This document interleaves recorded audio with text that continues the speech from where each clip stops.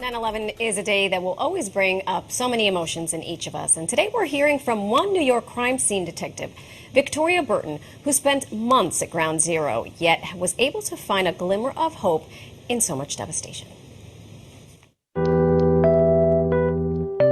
Although 9/11 was 21 years ago, the events are seared in my memory.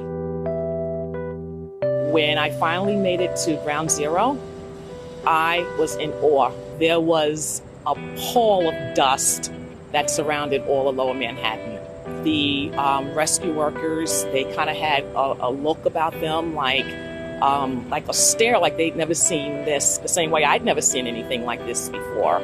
And it just weighed so heavy on me at what I was looking at. Like the World Trade Center towers were gone. They were just in a pile. My unit was assigned to document evidence that was recovered as well as human remains that were recovered. That's what we did for the months to follow. And then eventually years after that, when evidence was recovered, eventually it became very depressing for me because this was different from a crime scene where you go and you process a crime scene and then you're done. It became very sad and I felt like I was kind of in a little bit of a dark place. I had to change my focus.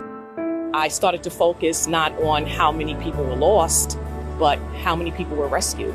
Like how many thousands of people were rescued on that day that made it out of the towers, that made it out of Lower Manhattan, that made it out of that whole Ground Zero area. Also, as dark as it was during that period, the bright shining light that came along for me was when I met my husband, well, the man who would become my husband. And it just gave me something to look forward to when I had to go to Ground Zero.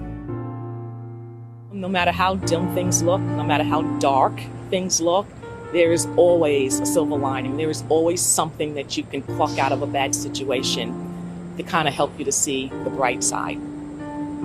You just have to find it.